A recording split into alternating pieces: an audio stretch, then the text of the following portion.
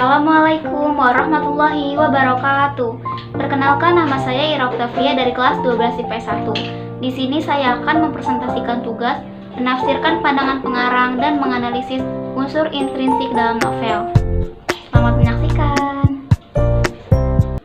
Menafsirkan pandangan pengarang dalam novel dan menganalisis isi atau unsur intrinsik novel. Di sini saya akan menafsirkan dan menganalisis novel yang berjudul Pukat karya Terelie. Biografi penulis. Darwis atau yang lebih kita kenal sebagai Terelie dilahirkan di sebuah kota kecil di Provinsi Sumatera Selatan. Tepatnya yaitu Kota Lahat pada tanggal 21 Mei 1979. Darwis bukanlah seorang anak yang lahir dari sebuah keluarga kaya raya. Orang tuanya sehari-hari memiliki mata pencaharian sebagai petani dengan dikaruniai banyak anak. Dia diketahui merupakan anak ke-6 dari 7 bersaudara. Meskipun begitu, orang tua Terelie mendidik dan membesarkan anaknya sehingga tumbuh menjadi pribadi yang pintar dan cerdas. Menafsirkan pandangan pengarang dalam novel. Yang pertama, kutipan diambil pada novel bagian 12 Kaleng Kejujuran. Kutipannya, kami yang separuh sibuk membaca Al-Quran, juz amma dan patah-patah mengeja a, i, u, huruf Arab. Yang pertama, nilai kehidupan. Nilai yang terkandung adalah nilai religius atau agama. Yang kedua, pandangan pengarang. Pengarang menggambarkan dalam tokoh kami yang taat beragama dengan mengaji bersama. Yang ketiga, interpretasi pandangan pengarang. Sangat setuju dengan pandangan pengarang. Melalui tokoh kami, pengarang memberikan gambaran yang baik dengan mengaji bersama. Yang kedua, kutipan diambil pada novel bagian 12 Kaleng Kejujuran. Beruntung, ketika senja akhirnya tiba, seorang ibu-ibu pedagang celengan memintaku membantunya membereskan warung. Aku dengan senang hati melakukannya. Sebagai imbalan, ibu itu memberikan sebuah celengan ayam, memasukkan beberapa koin kecil. Dadaku mengembang oleh perasaan bahagia. Meski isinya hanya 2 perak, itu tetap bisa membeli sekepal makanan. Aku bergegas pulang membawa celengan itu, akan kupamerkan lantas kupecahkan di depan ibu. Uangnya akan kubelikan makanan. Nilai kehidupan yang terkandung adalah nilai sosial. Yang kedua, pandangan pengarang. Pengarang menggambarkan adanya rasa saling membantu antara satu sama lainnya. Tolong-menolong itu terjadi ketika tokoh ibu-ibu meminta bantuan untuk membantunya membereskan warungnya kepada tokoh aku. Setelah membantu, tokoh aku mendapat imbalan sebuah celengan ayam yang berisi uang koin yang digunakannya untuk membeli makanan.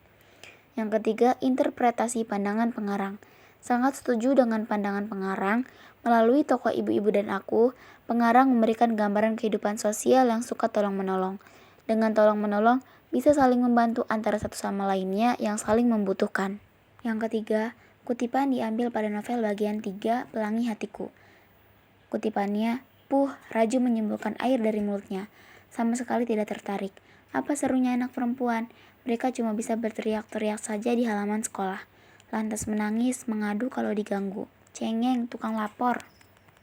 Nilai yang terkandung adalah nilai moral. Yang kedua, pandangan pengarang.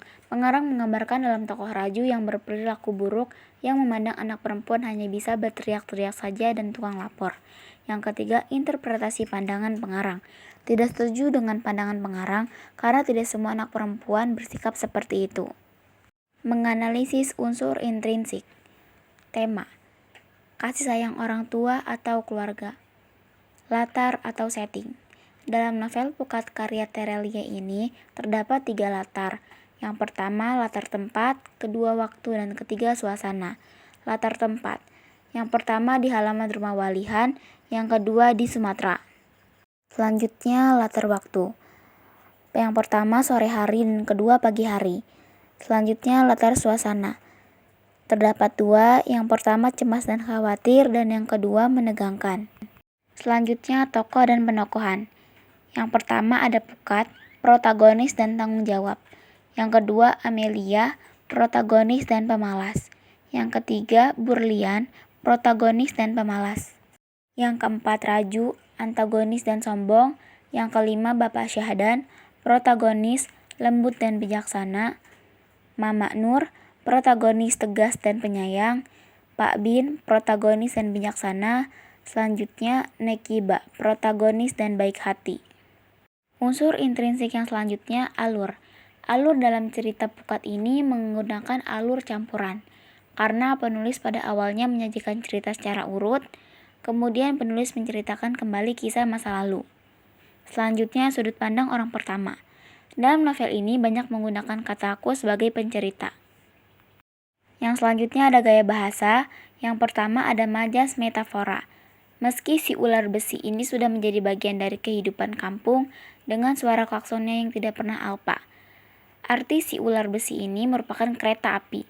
Yang kedua majas hiperbola. Aduh, kulitnya putih mulus seperti bidadari. Yang ketiga majas simile. Rambut panjangmu bagaikan beningnya air sungai mengalir. Dan yang terakhir ada amanat. Amanat yang terkandung dalam novel Pukat Terelie ini adalah harus selalu bersikap jujur, peduli satu sama lain, bertanggung jawab, dan berbakti kepada kedua orang tua. Sekian presentasi dari saya, kurang lebihnya mohon maaf. Wassalamualaikum warahmatullahi wabarakatuh.